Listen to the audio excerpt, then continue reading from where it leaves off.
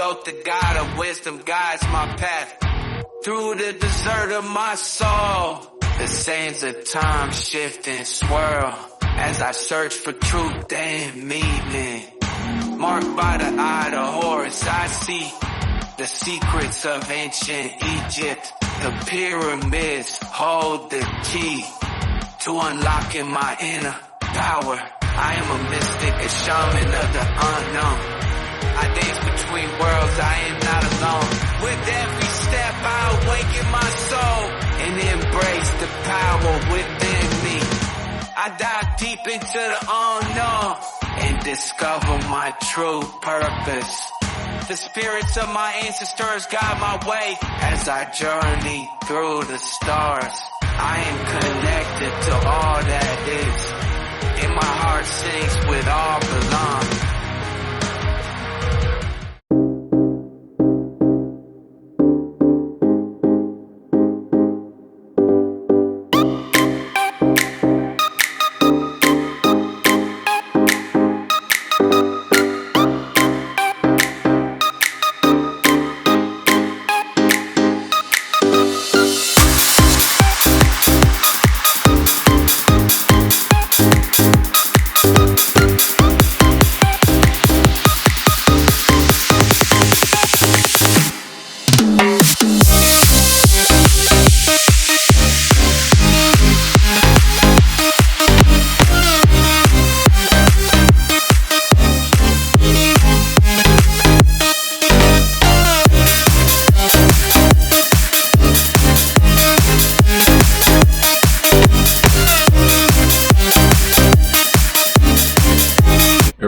Fourth fight of the night, we got Rizvan Kuniev versus Hugo Cunha.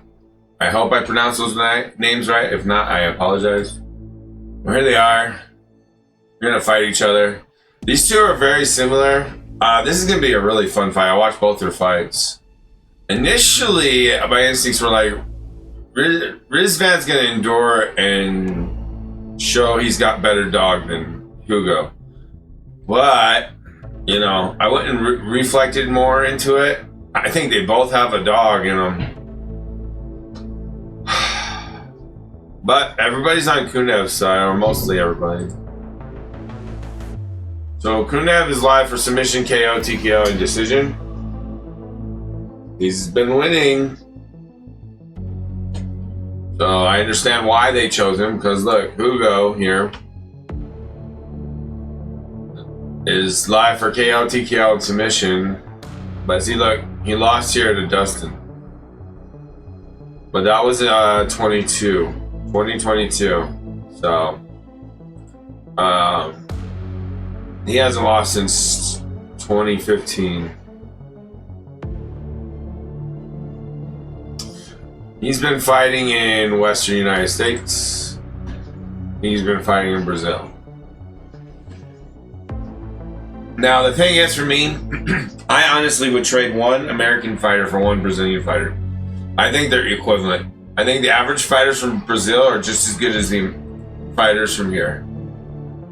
I think they're some of the best fighters in the world. Alright? So I don't think that matters, really. Yes, he has, looks like, a better record. But that doesn't guarantee anything, right?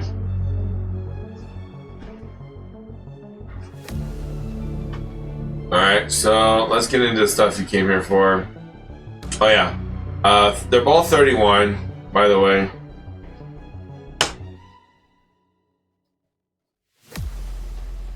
Okay, Dagestan, Russia, Rio de Janeiro, Brazil. This is Russia versus Brazil. They're both about pretty much the same size person, same body type, same everything almost. It's like fighting themselves, really. And I said Rizvan would win, right? Well, he's a Pisces and an Aquarius. Okay. Jupiter period. They're both in a Jupiter period, which is good. That's a good period of the year. That's where your stuff's expanding, you're growing in some way. King of Diamonds versus Five of Diamonds. King of Diamonds at 31 has crossroads of having an abundance of love with business interactions, profitable business partnerships, or a deal, expansion of business interests. An expansion of business interests. So you might start a gym or something, I don't know.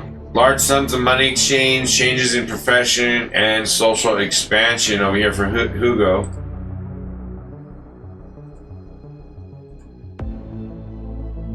Four of spades over for Rizvan, planetary ruling card. It says unselfish desires leads to beneficial relationships, social and financial expansion with spiritual connections. Hugo's got three of spades, debts owed to him paid, and risky challenges that backfire and need to be generous with flow. Challenging situation with love and money.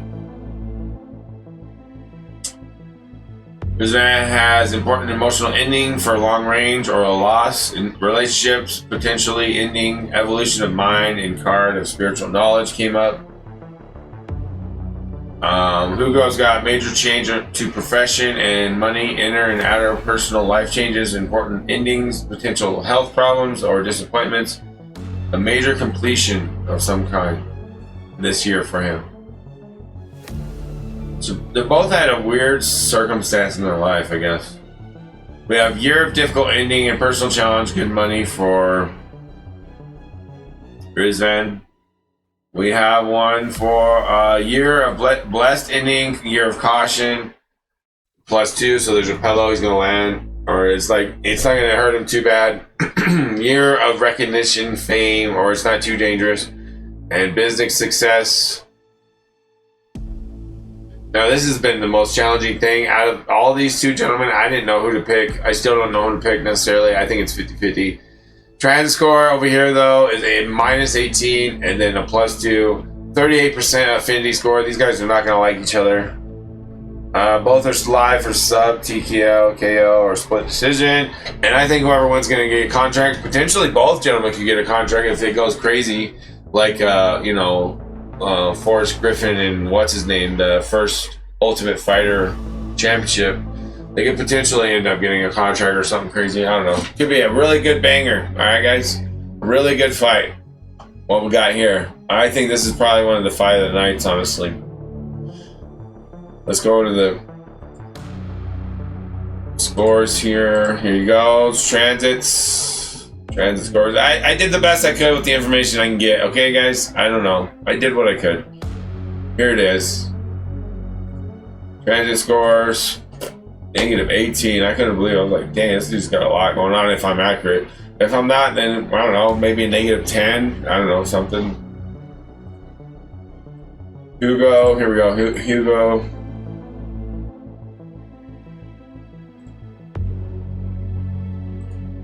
Hugo scores. It ends up with a +2, so that's pretty good. Not so much going on. The outer planets ain't so bad. It's just one conjunction, one square, one opposition. The rest is trine and a sextile, so it's not too bad. Whereas Rizvan's got square, conjunction, square, opposition, square, conjunction. So yeah, there's some issues here. I don't know, but I don't know how accurate I am with the birth location and all that stuff. But I know this one's very accurate because it told you where he's born from. But I just guessed with this one, so we don't know. We'll see. I could be wrong. So that's why we do the tarot, though, right? That gives us more insights from human, connections to the universe and the ground and the earth and people and stuff. So that's essentially what tarot reading is doing. I'm not trying to predict the future exactly. I'm just trying to have fun, guys, okay? So let's get into it. I have here the Gilded Tarot for Hugo and Lord of the Rings for Rizvan. Let's shuffle them up, see what we get.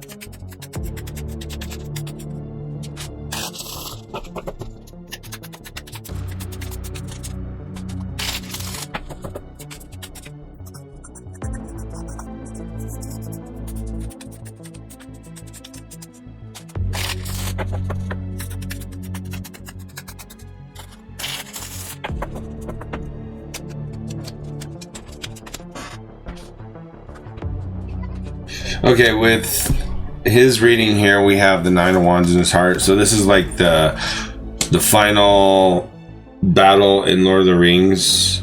There's like, you know, the hearts of men may fail one day, but it's not this day or whatever. Remember that? That's how he feels in his heart, okay? He has the Knight of Cups. He's all trapped in his emotions. Young, venturous, even though he may not feel like he's young compared to other fighters. We're not talking about comparison to other fighters. We're talking about just him in general, his life. If he was a baby compared to old man, right? He's not an old man, but he's not a young 20-year-old either, right? So Queen of Wands here, his spirit is in resistance to potential change or flow of energy coming, spiritual energy. He may resort back to some kind of religion or something after this if he loses. He does have the Magician though, but the Magician in this deck warns of seeking power. If he's directly only doing this for power, for his family or whatever his excuse for power is, if he's only doing this for power, and the Seven of Swords here with the physical is an issue with the wizard, the Magician. Okay? Just because the Magician shows up doesn't mean it's a good thing, okay? It depends on what deck and what we see and how it correlates, okay? We have the Seven of Swords here, and the Seven of Swords is like setup, betrayal. The way he was taught to fight this fight may get him in a predicament to lose. So that's what the Seven of Swords is about, okay? And then he has the Nine of Cups here in reverse for his social game. So people don't, he feels like people are at friction with him, or he's got a friction in his social with his emotions and how he feels, and people don't understand how he feels and his religion or what he believes in or something. And there's a lot of friction in the world as there is with religions. So there's all that going on with him, with Rizvan. And plus he's from Russia, so yeah, there's all that, Dagestan and all that going on. There's a whole bunch of craziness going on, and he's trying to be as pure and to his heart as he can. Okay, so what his life is about. But there's that Seven of Swords has got me worried about him not doing or performing in a counterproductive way or getting himself in a situation that's going to cost him the match. Okay. Hugo's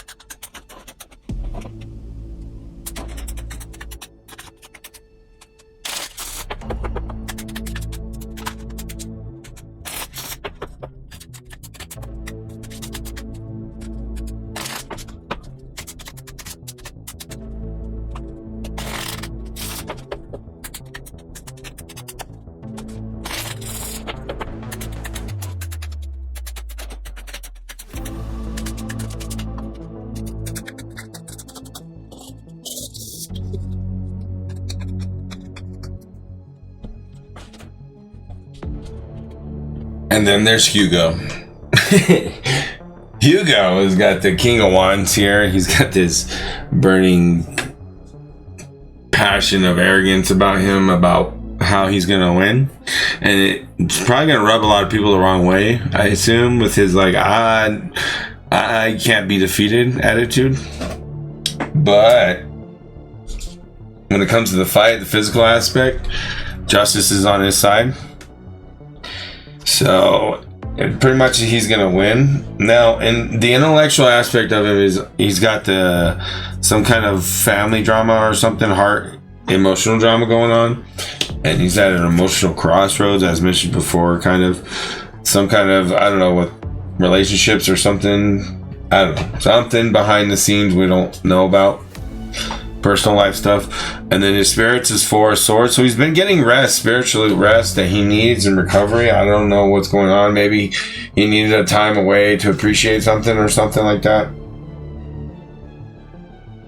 He has the Queen of Pentacles in his social game, which is a beautiful, a new abundance, divine abundance you know, feminine abundance, Virgin Mary, you know, anything with feminine creation abundance of some kind. And since it's social, it's probably love or new life of social abundance, okay?